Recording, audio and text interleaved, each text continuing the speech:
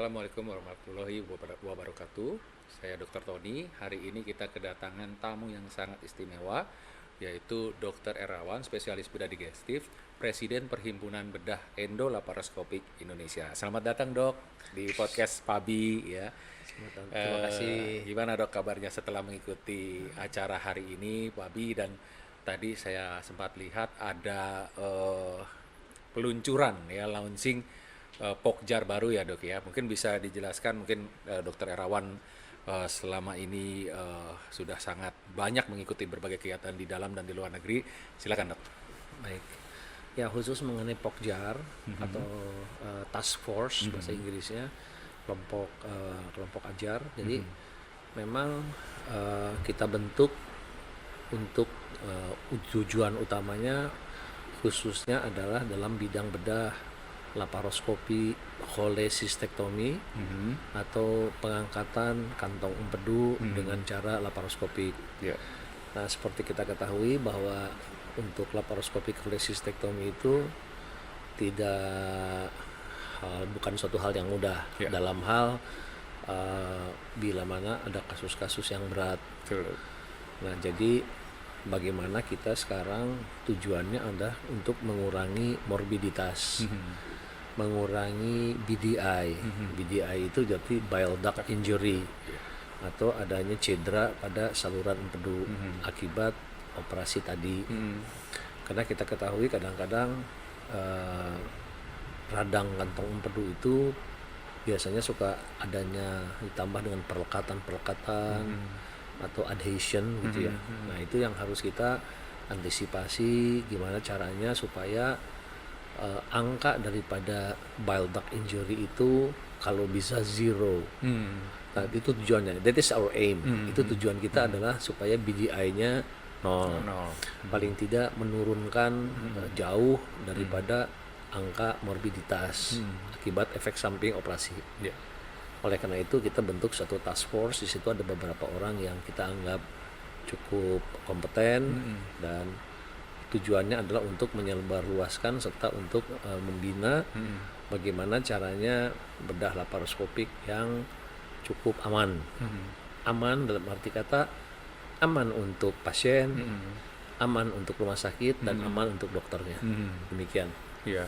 Apakah Pokjar semacam ini, Dok, ada dibentuk di luar negeri ataupun apakah ini terobosan baru di Indonesia atau memang sudah berjalan lancar di luar negeri, Dok, dengan task force seperti ini? Ya, di luar negeri sudah jelas ada, terutama di Amerika, dan sekarang kalau di tingkat Asia itu di Manila mereka sudah mulai 2017. Oh, 2017. Nah, kita baru akan dibentuk mengingat tadi hal-hal tadi bahwa kadang-kadang untuk menurunkan angka daripada efek samping atau bile duct injury memerlukan suatu kekompakan, kebaikan, menyemangati serta kompetensi yang cukup sehingga menurunkan angka injury tadi.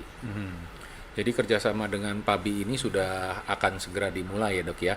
Dan bagaimana, Dok, langkah-langkah ke depannya untuk Pokjar ini agar merekrut atau melakukan training atau semacam pemberian continuous education yang direncanakan ke depan ini, bentuk Pokjarnya seperti apa, Dok? Ya, itu betul. Jadi continuous surgical education. Oke.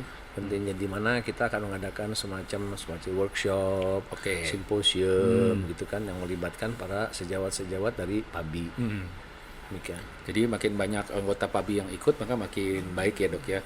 Karena dokter bedah umum pun boleh mengerjakan cholecystektomi laparoskopi ya, Dok ya. Persis. Jadi sebagaimana konsensus daripada Perhimpunan Bedah Endolaparoskopik Indonesia yang dibentuk sejak tahun 1989 oleh almarhum Dr. Ibrahim Ahmad Syah dan kawan-kawan, memang tujuannya adalah untuk meningkatkan kemajuan di dalam bidang bedah laparoskopi atau bedah minimal invasif. Gitu. Ya, Dok, kurikulum yang baru untuk dokter bedah umum sudah melibatkan laparoskopi, Dok. Nah, apakah setelah selesai menjadi dokter bedah umum ini akan mendapatkan training kembali di PBEI ya untuk laparoskopi, untuk appendicitis, untuk cholecystektomi, Dan kira-kira jenjang pendidikannya bagaimana dok? Ya kalau memang sudah mendapatkan suatu masuk ke dalam silabus, dalam suatu mata kuliah atau mata pendidikan, itu sebetulnya lebih mudah karena mereka sudah mendapatkan suatu pengajaran sebelumnya di institusi Ya, di masing-masing. fakultasnya masing-masing. Nah, tapi kan kadang-kadang ada beberapa atau banyak para sejawat yang ingin lebih meningkatkan diri, ingin lebih mempunyai pengalaman, ingin menambah tambahan khazanah ilmu dan sebagainya, ya itu silakan saja gitu. Tapi kita kan tidak mengharuskan, itu kan tergantung daripada yang bersangkutan. Ya, jadi untuk yang mau melanjutkan mendapatkan sertifikasi ya dok ya sampai tingkat magang dan lain-lain, itu pasti ada tahapannya dok ya, untuk dasar, untuk advance, baru kemudian magang. Nah dok, kalau untuk kembali lagi ke Pokjar dok, apakah mungkin nanti Pokjar ini juga bekerja sama dengan bidang-bidang lain dok? Mungkin kan pengembangan untuk kolesistektomi ini kan mungkin akan meluas dok untuk eksplorasi CBD dan lain-lain. Apakah akan bekerja sama dengan bedah digestif juga untuk lebih meningkatkan? Nah, saya belum tahu untuk itu karena yang paling penting sekarang tujuan utama dulu daripada Pokjar ini. Oke. The aim of the task force itu kita mau ngapain. Jadi aimnya atau tujuannya adalah menurunkan angka mobilitas, mengurangi adanya efek samping daripada laparoskopik kolesistektomi. Ya, jadi tujuan itu aja dulu. Spesifik ya dok ya, Spesifik dulu. sekali untuk menurunkan morbiditas ya. Jadi belum kepikir untuk tindakan-tindakan berikutnya ya dok ya. Betul. Nah dok, mungkin kesibukan dokter selain sebagai presiden bedah endolaparoskopik ini dok, apalagi dok kira-kira yang saat ini dokter lakukan? Ya kalau dalam bidang bedah ya tentu saya juga kebetulan jadi sekjen daripada Perhimpunan Hernia Indonesia. Oke. Kemudian juga untuk di luar masih sebagai instruktur beserta dengan dari Indonesia bersama Dr. Barlian untuk di tingkat Asia misalnya seperti Apples atau itu yang untuk task force gitu, sama juga di luar untuk pelatihan-pelatihan demikian. Ya dok, jadi saya melihat Dr. Erawan dan Dr. Barlian ini tetap mempunyai kemauan untuk memberikan training workshop dan meningkatkan kompetensi para dokter bedah umum ya dok ya. Betul.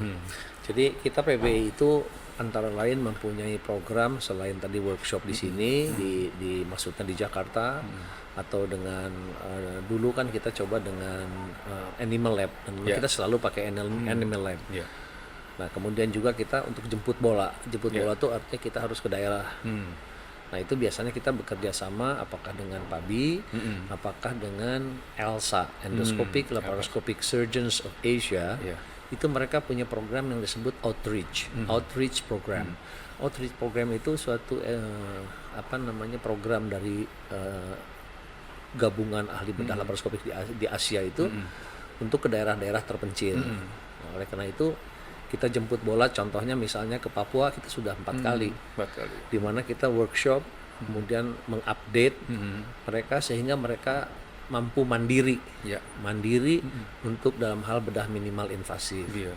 Jadi kita pergi apakah itu ke Sorong, apakah itu ke ibu kotanya, kemudian ke Merauke, malahan sampai ke Merauke, ke Timika, kita sudah ke sana sehingga betul-betul kita melaksanakan dengan tanpa pamrih ya. Kita inginnya maju, kita ingin memajukan bahwa ahli bedah Indonesia nggak boleh kalah sama yang di luar dong. Betul.